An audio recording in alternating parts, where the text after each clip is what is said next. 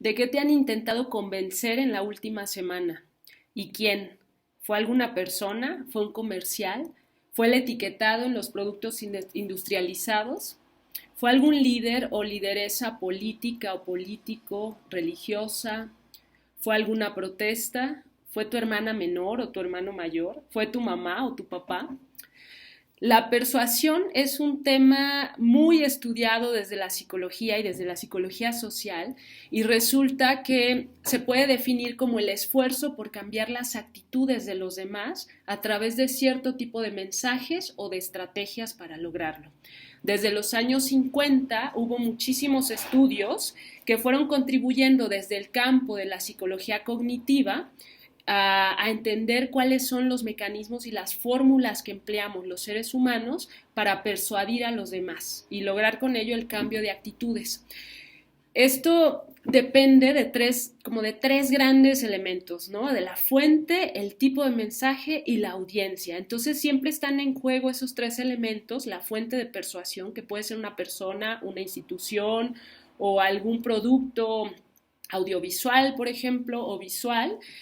La audiencia, pues somos quienes recibimos esta información y somos sujeto de cambio de actitudes, y los mensajes. Entonces, bueno, desde el punto de vista de la fuente, se ha estudiado que la credibilidad ha resultado sumamente importante en los procesos persuasivos. Las figuras, las personas o las fuentes de persuasión que se consideran expertas o expertos, que manejan algún lenguaje a lo mejor más informado al respecto de un tema, resultan ser más persuasivas que las que no lo son. Otra es la atractividad. Las personas o las fuentes de persuasión que consideramos más atractivas, los estudios en psicología social nos dicen que logran persuadirnos con mayor entereza. Esto ha sido muy utilizado en la publicidad, por ejemplo, y en las ventas. Hemos visto muchísimo las imágenes de decanes con ciertas características que resultan, desde el amplio panorama de la cultura en donde estamos, figuras sexualmente atractivas, y resulta que estas han sido observadas como mayormente persuasivas que las que no lo son. Pero también hay otra parte que tiene que ver con la atractividad. El hecho de que una persona o fuente de persuasión que se parece más a mí intente persuadirme, parece que tiene una correlación mayor con los cambios o con los efectos de esa persuasión, a diferencia de figuras que representan menos cercanía con quién soy yo o cómo soy. Por otro lado, tenemos la intencionalidad. Cuando detectamos que la fuente de persuasión genuinamente y dirigidamente nos quiere persuadir, parece que oponemos más resistencia. En el caso de la audiencia, parece que depende el tipo de procesamiento que tenga la audiencia que está siendo receptora de estas estrategias de persuasión, va a ser el efecto que tenga la estrategia. Esto quiere decir, audiencias más distraídas o menos motivadas o interesadas por el asunto en cuestión van a ser menos persuadidas bajo ciertas condiciones, y audiencias más interesadas pueden ser más persuadidas, o viceversa. Ahora vamos a ver por qué. Cuando la audiencia es contraria a la postura de la fuente de persuasión, resulta que los estudios nos dicen que funcionan más discursos que son bilaterales y no unilaterales. Es decir, que se plantean los pros y contras de aquello en lo que se quiere incidir.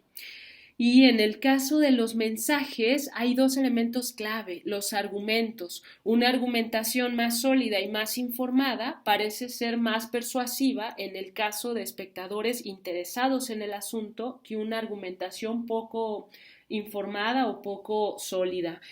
La emocionalidad es otro aspecto que ha sido altamente estudiado en los procesos de persuasión. El tipo de emociones que se expresan pueden tener un efecto en la audiencia de mayor cambio de sus actitudes.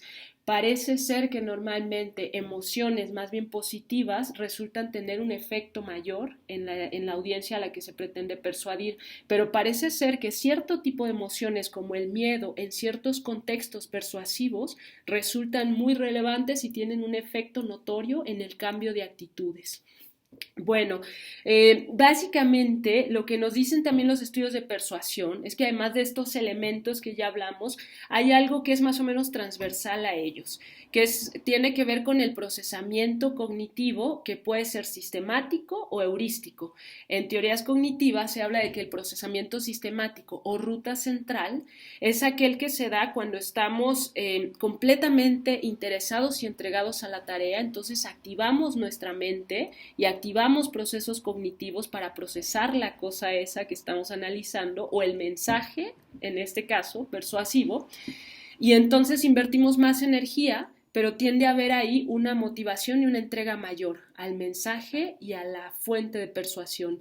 Por otro lado, el procesamiento heurístico parece ser que este funciona desde las teorías de la cognición cuando es una tarea, un mensaje, una situación por la cual no sentimos mucha motivación y no tenemos mucho interés. Entonces dejamos que estos llamados heurísticos o atajos mentales sustituyan la atención que le brindamos a una circunstancia y en ese sentido pues no hay tanto desgaste, ¿no? Es un mecanismo que parece ser funcional desde la explicación teórica porque no podríamos manejar tanta información a la que estamos expuestos, entonces priorizamos. Bueno, ¿qué más nos dice la teoría de la persuasión desde los estudios cognitivos en psicología? Que hay una exposición selectiva a la persuasión, hay atención selectiva y evitación selectiva. La atención selectiva se explica como una tendencia a prestar mayor atención a aquella información que fortalece las propias actitudes. La evitación selectiva se define como aquella tendencia a no prestar atención a aquella información que no contribuye a fortalecer las propias actitudes. Por otro lado, también se habla de otro mecanismo que es la defensa activa, que quiere decir que no somos sujetos altamente persuasivos, sino que sí tendemos a contraargumentar y a mostrar reactancia, a mostrar negativa, cuando detectamos que están intentando convencernos de algo, cuando detectamos que están intentando persuadirnos, y entonces hay todo un procesamiento activo para evitarlo. ¿Por qué? Porque parece ser que somos, las personas, somos toda una serie de elementos en nuestro sistema buscan que no amenacen nuestra libertad de decisión y entonces cuando detectamos mecanismos directos que buscan incidir en nuestra percepción y actitudes, tendemos a rechazar, como contraargumentando. Y entonces se pueden dar una serie ahí de mecanismos de ida y vuelta que en última instancia logran o no persuadirnos. ¿Qué críticas se han hecho a estas perspectivas dentro de la psicología cognitiva? Pues por un lado que pueden resultar reduccionistas de procesos que son muy complejos y que no están considerando otros elementos del contexto. Por ejemplo, ¿qué diferencia habría entre una intención de persuadirnos en el cambio de actitud hacia cuidar nuestra salud cuando estamos en un contexto de pandemia a cuando no lo estamos?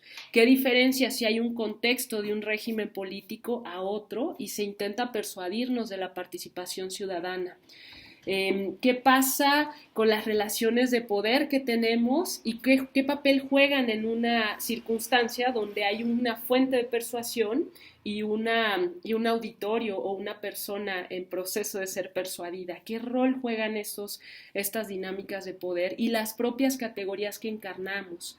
¿Qué diferencia hay cuando somos mujeres o somos hombres frente a tal o cual tipo de mensajes? ¿Qué diferencia hay cuando nos intentan persuadir de alguna práctica de salud si somos personas que presentamos alguna discapacidad o no la presentamos? Entonces hay críticas sobre la influencia que tienen los demás en nosotros cuando son vistas desde lógicas como las de la teoría cognitiva y la persuasión, pero lo que sí es verdad es que durante mucho tiempo nos han funcionado estos esquemas y estas formas de expresar la realidad de la persuasión para conocernos y para tratar de incidir en ello. No necesariamente este conocimiento generado desde la teoría psicológica ha sido utilizado para resolver desventajas o desigualdades humanas. Entonces finalizo con la pregunta: ¿de qué manera crees que los mecanismos de persuasión y el conocimiento que se genera sobre la persuasión nos ha hecho mal como humanidad? ¿Y de qué manera crees que puede contribuir a que tengamos formas de vida más dignas, más justas, más plenas?